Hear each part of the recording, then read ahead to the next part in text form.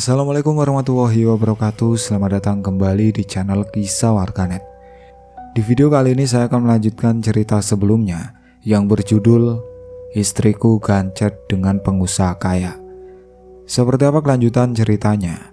Tanpa banyak basa-basi lagi, mari kita masuk ke ceritanya.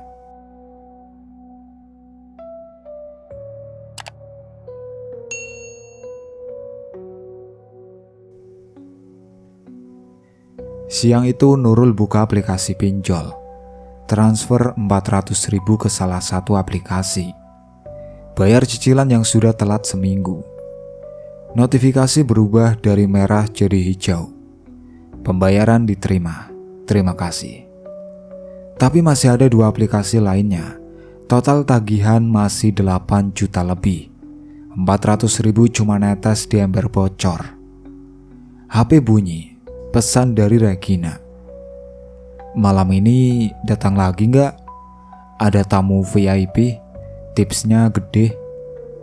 Nurul lihat pesan itu lama. Jari mengetik balasan. Iya, jam berapa?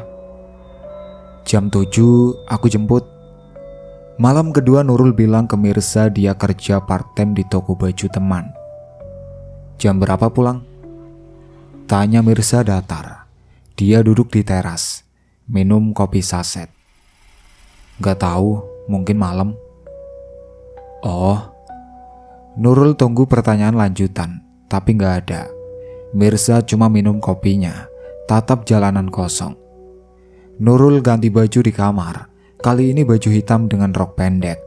Make up lebih tebal dari kemarin. Dia lihat dirinya di cermin, hampir gak kenal perempuan yang menatap balik. Regina jemput tepat waktu. Perjalanan ke karaoke Senggigi terasa lebih cepat dari malam pertama.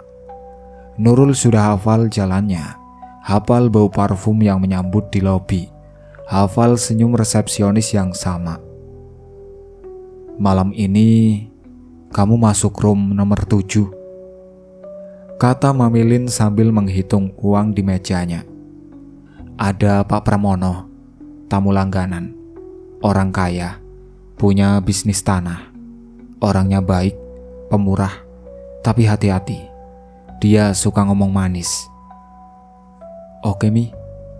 Nurul naik ke lantai 2 sendiri. Regina masuk room lain. Di depan pintu nomor 7, Nurul tarik nafas panjang, lalu ketuk. Masuk. Ruangan lebih besar dari room kemarin.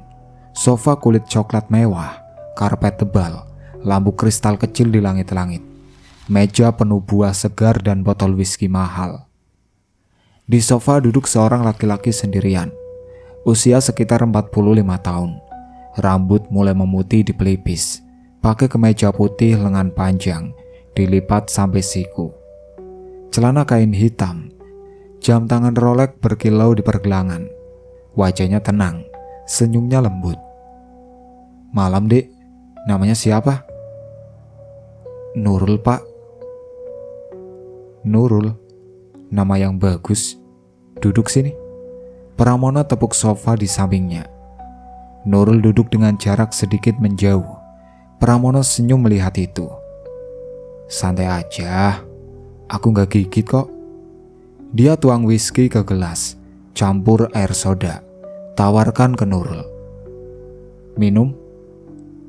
Enggak pak, saya nggak bisa minum alkohol. Oh oke. Jus jeruk aja ya. Pramono tekan bel kecil di meja. Pelayan datang. Dia pesan jus jeruk. Musik karaoke menyala. Pramono ambil mikrofon, nyanyi lagu slow rock. Suaranya bagus, stabil, gak fales. Nurul tepuk tangan setelah selesai. Bapak jago nyanyi? Biasa aja. Dulu waktu muda sering nyanyi di band kampus. Pramono taruh mikrofon, tatap Nurul dengan mata lembut. Nurul baru ya di sini. Kok aku belum pernah lihat? Iya pak, baru kemarin pertama kali. Pantesan masih kaku. Gak apa-apa, nanti juga terbiasa. Dia minum whisky pelan. Kamu kerja di sini kenapa? Butuh uang. Nurul diam sebentar. Iya pak. Utang. Pertanyaan langsung itu bikin Nurul terkejut. Dia lihat Pramono, gak tahu harus jawab apa. Pramono senyum lembut. Aku gak bodoh dek. Perempuan yang kerja di sini biasanya butuh uang cepat. Entah buat bayar hutang, buat bantu keluarga, atau apa. Gak apa-apa, aku gak menghakimi. Iya pak, saya ada utang. Berapa? Banyak. Berapa? 1 juta, 10 juta. Nurul ragu, tapi ada sesuatu di mata Pramono yang bikin dia merasa aman, seperti bapak yang pengertian. Hampir 10 juta. Pramono mengangguk pelan. Banyak juga, pinjol ya? Iya. Susah memang pinjol, bunganya gila, makin lama makin besar. Dia ambil dompet dari saku celana, keluarkan beberapa lembar ratusan ribu, 3 juta cash, taruh di meja. Ini buat kamu. Nurul menatap uang itu dengan mata terbelalak. Pak, ini banyak banget. Ambil, anggap bonus karena kamu jujur sama aku. Tapi saya belum ngapa-ngapain pak, cuma duduk doang. Pramono tertawa kecil. Kamu nemenin aku ngobrol, itu udah cukup. Aku kesepian Nurul. Istri aku lumpuh 5 tahun lalu. Dia di rumah cuma bisa tiduran. Anak aku kuliah jauh, jarang pulang. Aku di rumah sendirian terus. Datang ke sini cuma pengen ngobrol sama orang, pengen ketawa, pengen ngerasa hidup lagi. Nurul mendengar cerita itu dengan dada sesak. Dia lihat Pramono yang tersenyum sedih, matanya berkaca-kaca. Maaf pak, pasti berat. Sudah biasa, hidup memang gak selalu adil. Pramono dorong uang itu ke arah Nurul. Ambil, aku ikhlas. Nurul ambil uang itu dengan tangan gemetar. 3 juta dalam 1 malam, cuma dengan duduk dan ngobrol. Mereka ngobrol terus sampai tengah malam. Pramono cerita soal bisnisnya, soal istrinya yang dulu cantik dan ceria sebelum kecelakaan, soal anaknya yang pintar tapi jarang hubungi. Nurul mendengarkan dengan serius, sesekali kasih komentar atau senyum. Waktu mau pulang, Pramono pegang tangan Nurul sebentar, genggaman lembut, gak kasar. Terima kasih, udah nemenin aku malam ini. Kamu orang baik Nurul, aku bisa lihat itu. Sama-sama pak. Besok datang lagi ya, aku request kamu khusus. Nurul mengangguk. Di luar room dia lihat uang 3 juta di tangan, ditambah tips dari Mamilin yang 200 ribu. Total malam ini 3.200.000. Regina nunggu di lobi, senyum lebar waktu lihat wajah Nurul. Gimana? Pak Pramono baik kan? Iya, dia kasih banyak. Aku udah bilang, dia tamu paling royal di sini. Kalau kamu pintar jagain dia, bisa jadi langganan. Uangnya gak pernah pelit. Pulang malam itu Nurul simpan uang di laci yang sama. Sekarang ada 3.600.000 totalnya. Cukup buat bayar 1 aplikasi pinjol lunas. Tapi ada yang lain mulai tumbuh di hatinya. Rasa nyaman waktu ngobrol sama Pramono. Perhatiannya yang tulus. Tatapan matanya yang lembut. Berbeda jauh dari tatapan Mirza yang sekarang dingin dan kosong. Malam itu Nurul tidur dengan senyum tipis di bibir. Bukan karena uang, tapi karena ada seseorang yang mendengarkan ceritanya, yang peduli, yang bilang dia orang baik. HP di samping bantal bergetar, pesan masuk dari nomor baru. Nurul, ini Pak Pramono. Nomor saya minta dari Mama Lin. Semoga gak keberatan. Terima kasih buat malam ini. Semoga kita bisa ketemu lagi besok. Nurul baca pesan itu berkali-kali. Jarinya mengetik balasan. Sama-sama pak, insya Allah besok bisa ketemu lagi. Pesan terkirim. Nurul simpan nomor itu dengan nama Pak B. lalu tidur dengan pikiran yang jauh dari rumah kecil di Gang Melati, jauh dari Mirza yang tidur di sofa, jauh dari kehidupan yang mulai dia tinggalkan perlahan. Tidur Nurul malam itu nyenyak untuk pertama kalinya. HP tetap di samping bantal, layar menghadap ke atas. Pagi datang dengan cahaya matahari yang masuk lewat celah tirai tipis. Nurul bangun pukul 8. Mirza sudah berangkat sejak subuh. Rumah sepi. Dia ambil HP, cek notifikasi. Ada pesan baru dari Pak P yang masuk jam 6 pagi. Selamat pagi Nurul. Semoga tidur nyenyak. Kalau ada waktu, balas pesan saya ya. Nurul tersenyum tipis. Dia ketik balasan sambil duduk di tepi ranjang. Pagi Pak, maaf baru bangun. Gimana tidurnya semalam? Balasan datang cepat. Pramono sepertinya lagi pegang HP. Tidur nyenyak berkat ngobrol sama kamu semalam. Pikiran jadi tenang. Makasih ya. Sama-sama Pak. Kamu sibuk hari ini? Nggak terlalu. Kalau malam bisa ketemu lagi. Nurul diam sebentar. Jarinya menggantung di atas keyboard. Lalu mengetik. Bisa Pak? Oh ya udah, nanti malam aku request kamu lagi ya. Tapi aku transfer dulu ya buat jaga-jaga kalau kamu butuh uang. Sebelum Nurul sempat balas, notifikasi dari mobile banking masuk. Transfer masuk 1.500.000 dari rekening atas nama Pramono Wibisono. Nurul menatap layar dengan mata terbelalak. 1.500.000 tanpa diminta, cuma karena mau ketemu malam ini. Pak, ini banyak banget. Saya belum apa-apa. Gak apa-apa, kamu anggap aja uang jajan. Beli apa yang kamu mau, biar aku seneng. Nurul menutup mata sebentar. Dadanya sesak campur senang. Uang sebanyak itu datang begitu mudah, tanpa harus kerja keras, tanpa harus dengar teriakan atau lihat wajah kecewa. Terima kasih Pak, saya nggak tahu harus bilang apa. Gak usah bilang apa-apa, yang penting kamu seneng. Sampai jumpa nanti malam ya. Iya Pak. Nurul bangun dari ranjang, buka aplikasi mobile banking. Total saldo sekarang 5.100.000. Cukup buat bayar lunas 2 aplikasi pinjol sekaligus. Dia langsung transfer. Aplikasi pertama 3 juta, aplikasi kedua 2 juta. Notifikasi datang satu persatu. Pinjaman lunas. Terima kasih telah menggunakan layanan kami. Tinggal 1 aplikasi lagi. Total uang masih 3 juta.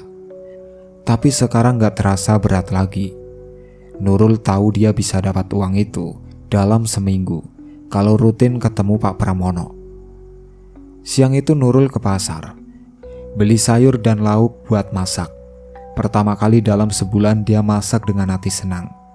Masak sayur asem, ayam goreng, sambal, semua disajikan rapi di meja makan.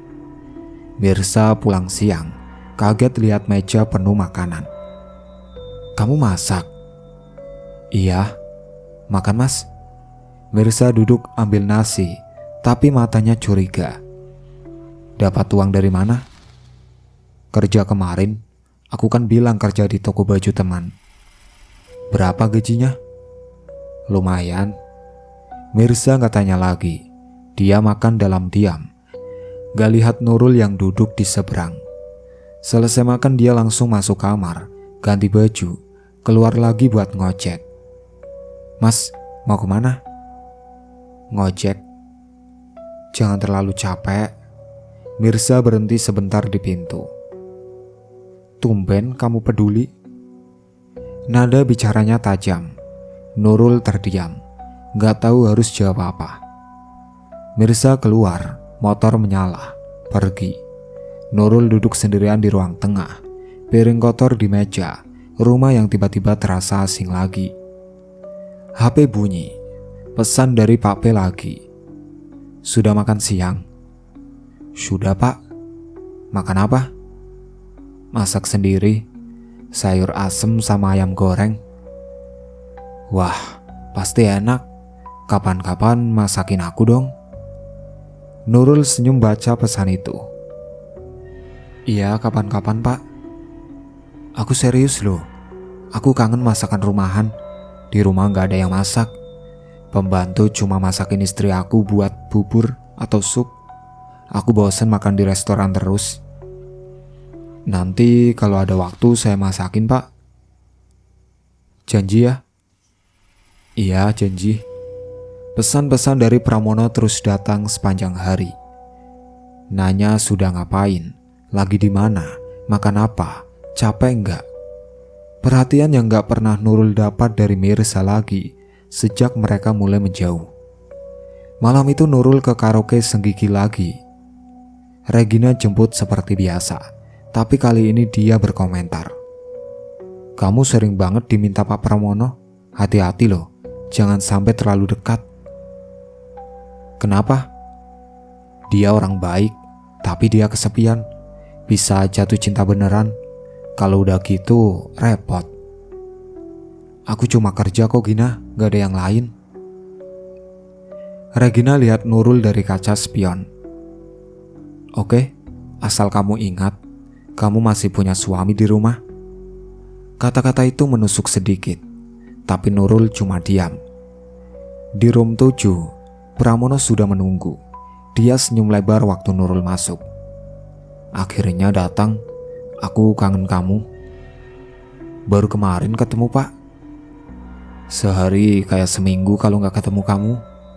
Pramono ambil amplop coklat dari meja, kasih ke Nurul. Ini buat kamu. Nurul buka, isinya 2 juta cash. Pak, ini kenapa lagi? Bonus, karena kamu bikin aku seneng. Tapi kemarin udah transfer Pak. Gak apa-apa, aku punya banyak. Kalau gak dikasih ke orang yang aku sayang, mau dikasih ke siapa? Kata sayang itu menggantung di udara. Nurul menatap Pramono. Laki-laki itu tersenyum tulus. Gak ada niat jahat di matanya. Terima kasih Pak. Malam itu mereka ngobrol lagi sampai tengah malam. Pramono cerita soal masa mudanya, soal waktu pertama ketemu istrinya, soal mimpi-mimpi yang gak kesampaian. Nurul dengar sambil sesekali pegang tangan Pramono waktu dia kelihatan sedih. Pramono pegang balik tangan Nurul. Kamu tahu gak Nurul? Kamu ngingetin aku sama istri waktu muda dulu. Lembut, perhatian, gak banyak nuntut. Nurul tersenyum sedih. Istri Bapak pasti orang baik. Dia baik, tapi sekarang dia gak bisa ngapa-ngapain. Cuma tiduran. Kadang aku sedih lihat dia, tapi juga gak bisa ninggalin. Dia istri aku. Bapak orang baik Pak? Gak juga. Kalau baik, aku gak akan di sini ketemu kamu. Mereka saling tatap sebentar. Ada sesuatu di udara yang berubah. Tapi Nurul yang memutus, tarik tangannya pelan. Udah malam Pak, saya harus pulang. Iya, hati-hati ya. Keluar dari karaoke, Nurul hitung uang malam ini. 2 juta dari amplop, ditambah tips dari Mamilin, 300.000. Total 2.300.000. Dalam 2 malam, dia sudah dapat hampir 6 juta. Pulang ke rumah, Mirza belum tidur. Dia duduk di teras merokok. Ini pertama kali Nurul lihat Mirza merokok. Mas, sejak kapan merokok? Mirza gak jawab. Dia isap rokoknya dalam, hembuskan asap pelan. Kamu habis dari mana? Kerja. Jam segini, toko baju buka sampai tengah malam. Nurul terdiam, bohongnya mulai ketahuan. Aku kerja shift malam. Mirza ketawa sinis. Shift malam. Oke. Dia matikan rokok, injak pakai sandal. Terserah kamulah Nurul. Aku udah capek. Dia masuk rumah, tutup pintu kamar. Nurul berhenti sendirian di teras, pegang tas yang penuh uang. Hatinya kosong, meski dompetnya penuh. HP bergetar, pesan dari Pak P. Sudah sampai rumah. Istirahat yang cukup ya. Besok aku transfer lagi buat kamu. Tidur nyenyak Nurul sayang. Nurul baca kata sayang di akhir kalimat. Dadanya hangat sebentar, lalu dingin lagi. Dia simpan HP, masuk rumah, tidur di sofa karena gak berani masuk kamar. Malam itu angin bertiup kencang, pohon di luar bergoyang, dan Nurul tidur dengan mimpi tentang dua dunia yang mulai tarik-menarik dirinya ke arah berbeda. Mimpi tentang dua dunia itu pecah saat subuh. Nurul bangun di sofa dengan leher kaku dan punggung pegal. Selimut tipis yang dia pakai semalam sudah jatuh ke lantai. Suara burung mulai berkicau di luar, tapi rumah masih sunyi. Dia duduk, lihat pintu kamar yang tertutup rapat. Mirza pasti sudah bangun, mungkin sudah mandi, tapi gak keluar, gak sapa. Nurul ambil HP, layar menunjukkan pukul 5 lewat. Ada 3 pesan dari Pak P yang masuk tengah malam. Nurul, kamu sudah tidur? Aku gak bisa tidur, terus kepikiran kamu. Maaf ganggu, tidur yang nyenyak ya. Nurul baca pesan-pesan itu dengan perasaan campur aduk. Pramono seperti gak bisa lepas dari pikirannya, sama seperti Nurul yang mulai gak bisa lepas dari Pramono. Pintu kamar terbuka. Mirza keluar dengan baju rapi, tas selempang di bahu, matanya bengkak, wajahnya kusam. Dia lihat Nurul sekilas, lalu jalan ke pintu depan. Mas, Mirza berhenti tapi gak noleh. Makan pagi dulu, aku masakin nasi goreng. Gak usah, aku udah kenyang. Tapi kamu belum makan apa-apa. Mirza menoleh, tatap Nurul dengan mata lelah. Aku kenyang lihat kamu pulang tengah malam terus Nurul. Kenyang lihat kamu bohong terus. Dia keluar, tutup pintu. Suara motor menyala, lalu pergi. Nurul duduk lagi di sofa, tangannya gemetar, hatinya sakit. Tapi dia gak nangis. Entah kenapa air mata gak mau keluar lagi. HP bunyi, pesan dari Pak P. Pagi Nurul, transferan masuk ya, cek rekening. Nurul buka mobil banking, 1 juta masuk lagi, tanpa diminta, tanpa alasan jelas. Dia ketik balasan. Pak, kenapa terus transfer? Saya jadi gak enak.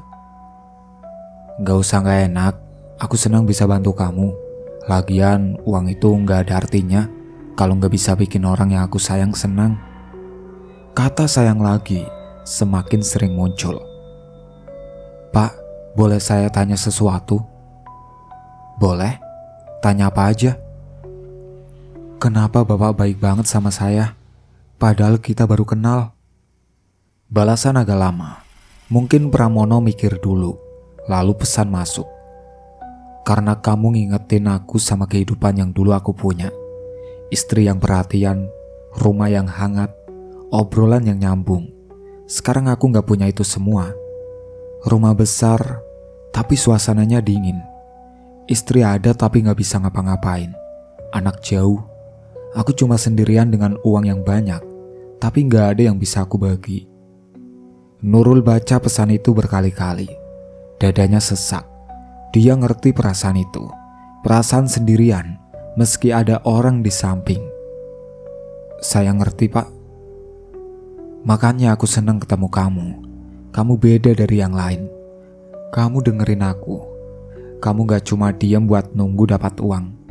Kamu tulus. Nurul gak tahu harus balas apa. Jarinya menggantung di atas keyboard. Pesan lain masuk. Nurul, aku mau ajak kamu makan malam di luar, bukan di karaoke, restoran beneran. Kamu mau? Nurul terdiam. Ini sudah keluar dari pekerjaan di karaoke. Ini sudah jadi apa? Kencan. Pak, saya gak bisa. Saya kan masih apa? Nikah. Aku tahu. Tapi suami kamu tahu gak kamu di mana tiap malam? Dia peduli gak? Pertanyaan itu menohok. Nurul gak bisa jawab karena jawabannya jelas. Mirza gak tahu. Dan sepertinya dia sudah gak peduli lagi. Cuma makan malam Nurul. Gak ada yang aneh. Aku pengen ngobrol di tempat yang lebih tenang, gak berisik kayak di karaoke. Kamu gak perlu takut, aku gak bakal maksa apa-apa. Nurul lihat pesan itu lama. Pikirannya ke Mirza yang tadi pagi pergi dengan wajah hancur, dan ke rumah yang dingin ini, dan ke hidup yang terasa buntu.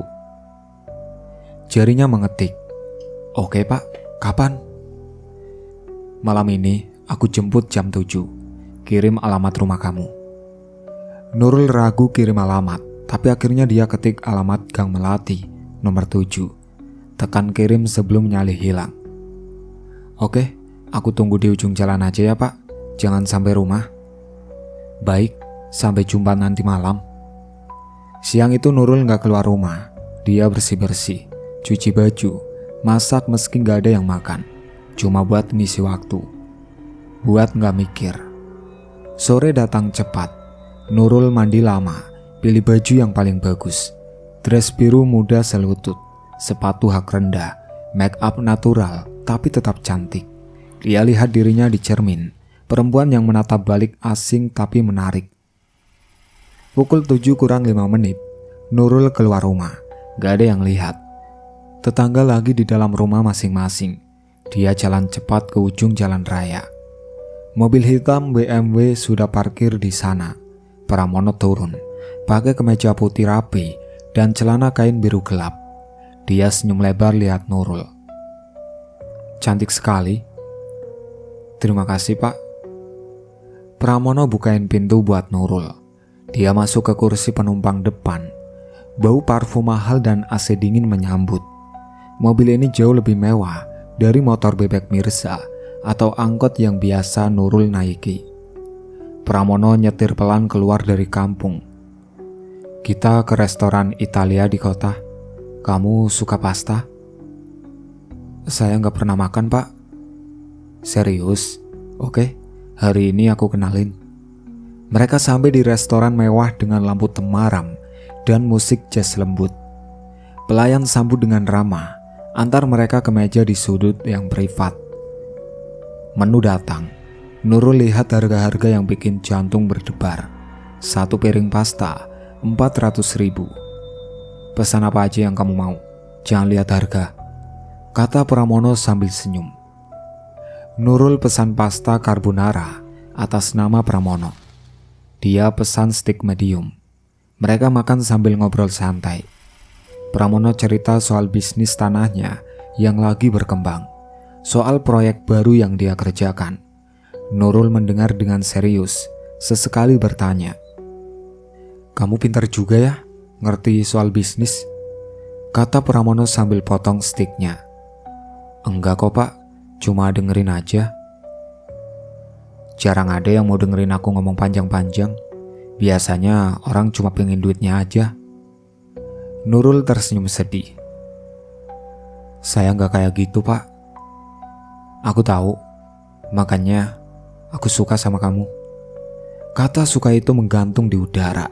Nurul lihat Pramono yang menatapnya lembut. Ada sesuatu di mata laki-laki itu, bukan nafsu, tapi kesepian yang dalam. Selesai makan, Pramono bayar pakai kartu kredit. Total hampir 2 juta buat makan berdua. Nurul terkejut tapi gak bilang apa-apa. Keluar restoran, Pramono gak langsung bawa pulang.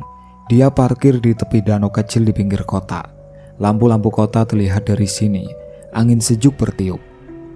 "Nurul, aku mau bilang sesuatu," kata Pramono setelah matikan mesin mobil. "Apa pak?" "Aku punya villa di pinggir kota, kosong, gak ada yang pakai. Kalau kamu capek di rumah, kamu bisa ke sana kapan saja. Aku kasih kunci." Nurul menatap Pramono. "Pak, maksudnya..." "Gak ada maksud apa-apa, serius. Cuma aku tahu kamu lagi ada masalah di rumah. Aku lihat matamu Nurul, mata orang yang lagi gak bahagia. Kalau kamu butuh tempat buat kabur sebentar, villa itu bisa jadi tempat istirahat." "Tapi pak..." "Gak usah jawab sekarang, pikir-pikir dulu." Pramono keluarkan kunci mobil dari kontak, lepas 1 kunci kecil dari kantungan. "Ini kunci villa, aku titip ke kamu. Kalau butuh, pakai aja. Kalau enggak, simpan aja. Pramono taruh kunci itu di tangan Nurul. Logam dingin menyentuh kulitnya. Alamatnya di Bukit Asri, nomor 17, Villa Putih Pagar Hitam. Gampang dicari. Nurul pegang kunci itu erat. Terima kasih, Pak. Sama-sama. Pramono menyalakan mesin lagi, bawa Nurul pulang. Berhenti di ujung jalan raya yang sama. Hati-hati ya, kalau ada apa-apa telepon aku. Iya, Pak. Nurul turun. Pramono tunggu sampai dia jalan jauh baru pergi. Nurul masuk ke rumah dengan kunci villa di genggaman. Rumah gelap, Mirza belum pulang. Mungkin masih ngojek. Nurul masuk kamar, sembunyikan kunci itu di laci paling bawah, di samping tumpukan uang yang sudah terkumpul, hampir 10 juta. Dia berbaring di ranjang, menatap langit-langit. Di kepala berputar ajakan Pramono, villa kosong, tempat istirahat, tempat kabur. HP bergetar, pesan dari Pak B. Terima kasih buat malam ini. Aku seneng banget. Kamu bikin aku ngerasa hidup lagi. Ingat, kalau capek, kamu punya tempat buat kabur. Aku selalu ada buat kamu. Nurul baca pesan itu sampai matanya berat. Tidur datang perlahan, membawa mimpi tentang Villa Putih, Pagar Hitam, dan kehidupan lain yang menunggu di sana. Mimpi tentang Villa Putih itu terasa nyata. Terlalu nyata sampai Nurul terbangun dengan nafas tersengal. Cahaya pagi sudah masuk lewat jendela. Jam di dinding menunjukkan pukul 6. Suara dari luar kamar membuat dia sadar ini bukan mimpi lagi. Mirza ada di dapur, membuka tutup panci dengan kasar. Bunyi benturan logam keras. Nurul bangun, keluar dari kamar dengan rambut berantakan. Mas, kenapa? Mirza menoleh, wajahnya merah. Matanya penuh kemarahan yang ditahan sejak lama. Di tangannya ada buku tabungan yang biasa disimpan di laci. Ini kenapa saldonya cuma tinggal 200 ribu? Nurul terdiam. Jantungnya berhenti sedetik. Aku tanya Nurul, kenapa tabungan kita tinggal segini? Aku pakai buat bayar utang. Utang pinjol kan? Yang 10 juta itu? Mirza jalan mendekat. Buku tabungan masih di tangan. Kemarin kamu bilang udah lunas. Terus kenapa uang di buku ini masih berkurang terus? Minggu lalu masih 500 ribu. Nurul mundur selangkah. Aku pakai buat belanja mas, buat makan kita. Bohong. Mirza lempar buku tabungan ke meja. Bunyinya keras. Aku yang belanja, aku yang beli beras, sayur, semua. Kamu pakai uang itu buat apa? Nurul gak bisa jawab. Mulutnya terbuka, tapi kata-kata gak keluar. Mirza ambil nafas dalam, coba tenang tapi gak berhasil. Kamu keluar malam terus, pulang tengah malam, dandan menor, bawa uang banyak tapi gak jelas dari mana. Sekarang tabungan kita habis. Nurul, aku gak bodoh. Aku kerja mas, aku udah bilang. Kerja di mana? Mirza berteriak. Suaranya menggelegar di rumah kecil itu. Toko baju mana yang buka sampai tengah malam? Shift malam apaan yang bayarnya sampai jutaan? Nurul mulai menangis.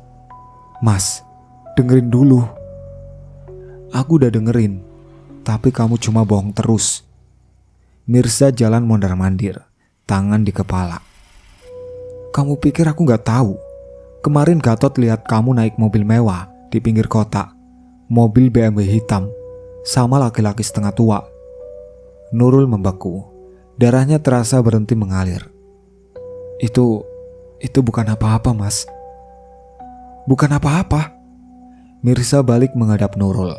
Matanya merah. Kamu naik mobil dengan laki-laki lain, pulang tengah malam, dandan kayak mau ke pesta, terus bilang bukan apa-apa. Dia cuma teman kerja nganterin aku pulang. Jangan bohong lagi. Mirza menendang kursi plastik. Kursi terjatuh. Bunyi keras. Aku capek dengerin bohongan kamu. Capek. Nurul menangis makin keras. Aku terpaksa mas. Aku butuh uang buat bayar utang. Kamu gak bisa kasih cukup. Terus kamu cari dari laki-laki lain. Kamu jual diri. Bukan, Nurul teriak balik. Aku cuma kerja di karaoke, nyanyi, nemenin tamu ngobrol, itu aja. Hening sesaat. Mirza menatap Nurul dengan mata terbelalak, shock. Karaoke. Suaranya turun jadi berbisik. Iya, karaoke Senggigi. Aku cuma nyanyi, ngobrol sama tamu, gak ada yang aneh. Mirza ketawa sinis, ketawa yang terdengar sakit. Karaoke, nyanyi, ngobrol. Dia ulang kata-kata itu pelan. Terus, laki-laki yang bawa kamu kemarin, dia siapa? Nurul diam. Jawab, Nurul. Tamu langganan. Tamu yang nganterin kamu pulang pakai mobil mewah. Tamu yang kasih uang jutaan. Tamu yang kamu temuin sampai tengah malam. Dia orang baik, Mas. Dia cuma kesepian. Istrinya lumpuh. Dia cuma butuh teman ngobrol. Dan kamu jadi temannya. Mirza jalan mendekat. Wajahnya nyaris menempel ke wajah Nurul. Kamu tahu gak gimana rasanya jadi aku? Lihat istri keluar malam terus, pulang bawa uang gak jelas, bohong terus sekarang bilang jadi teman laki-laki lain. Aku gak ngapa-ngapain sama dia, Mas. Terus kenapa dia kasih uang banyak? Kenapa dia anterin kamu? Kenapa kamu dandan menor tiap ketemu dia? Mirza mundur, tangan di dada, nafas tersengal. Kamu selingkuh, Nurul. Ngaku aja. Enggak, Nurul teriak sambil nangis. Aku gak selingkuh. Aku cuma cari uang. Cuma itu. Dengan cara apa? Dengan cara jual senyum, jual perhatian. Jual apa lagi, Nurul? Kamu gak ngerti, Mas. Kamu gak ngerti apa yang aku rasain. Nurul menangis sambil duduk di lantai. Aku capek hidup miskin. Capek ditagih debt kolektor. Capek gak punya apa-apa. Capek lihat tetangga punya segalanya, tapi kita enggak. Jadi kamu pergi ke laki-laki lain. Itu solusinya. Dia perhatian ke aku. Dia dengerin aku. Dia gak pernah bentak aku kayak kamu, Mas. Kalimat itu seperti tikaman pisau langsung ke jantung Mirza. Dia terdiam, menatap Nurul yang menangis di lantai. Tangannya gemetar. Jadi aku yang salah. Aku yang kurang. Nurul gak jawab, cuma nangis terisak. Aku kerja dari pagi sampai malam, Nurul. Aku gak tidur cukup. Aku makan seadanya biar kamu bisa makan lebih banyak. Aku tahan sakit gigi berbulan-bulan karena gak ada uang buat ke dokter. Semua aku lakuin buat kamu, dan kamu bilang aku kurang. Hasilnya apa, Mas? Kita tetap miskin, tetap susah. Kamu kerja keras tapi gak ada yang berubah. Karena kamu habiskan semua uang buat belanja, buat beli baju, sepatu, tas yang gak penting. Kamu yang bikin kita makin susah. Nurul berdiri, wajahnya basah air mata. Aku gak mau hidup kayak gini selamanya. Aku pengen lebih. Lebih apa? Lebih kayak gimana?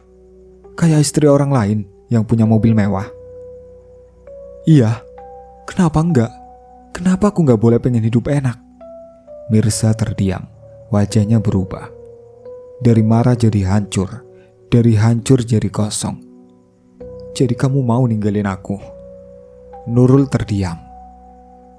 Pertanyaan itu menggantung di udara yang panas. Jawab, Nurul. Kamu mau ninggalin aku? Aku gak tahu, Mas. Mirza mengangguk pelan, senyumnya pahit. Oke. Dia ambil kunci motor dari meja, jalan ke pintu. Mas, mau kemana? Terserah aku. Kamu juga terserah kamu kan sekarang. Mas, jangan gini. Mirza berhenti di pintu, gak noleh. Kalau kamu mau pergi, pergi aja. Aku gak bakal tahan. Aku udah capek jadi suami yang gak cukup buat kamu. Dia keluar, tutup pintu, suara motor menyala, lalu pergi dengan kecepatan tinggi. Nurul berdiri sendirian di ruang tengah. Kursi terjatuh, buku tabungan di meja rumah yang berantakan. Dia duduk di lantai, peluk lutut, nangis sampai suaranya hilang. HP bergetar di kamar, pesan dari Pak B. Nurul, apa kamu baik-baik saja?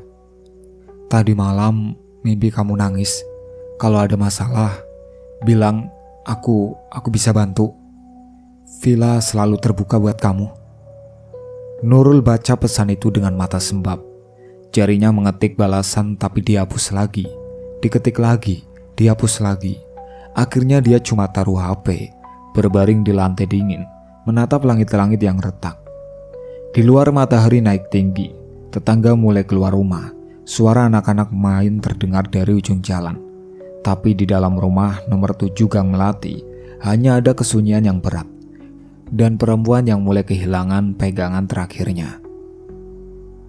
Sampai di sini dulu ceritanya, nantikan cerita kelanjutannya di part berikutnya. Sekian dari saya. Wassalamualaikum warahmatullahi wabarakatuh.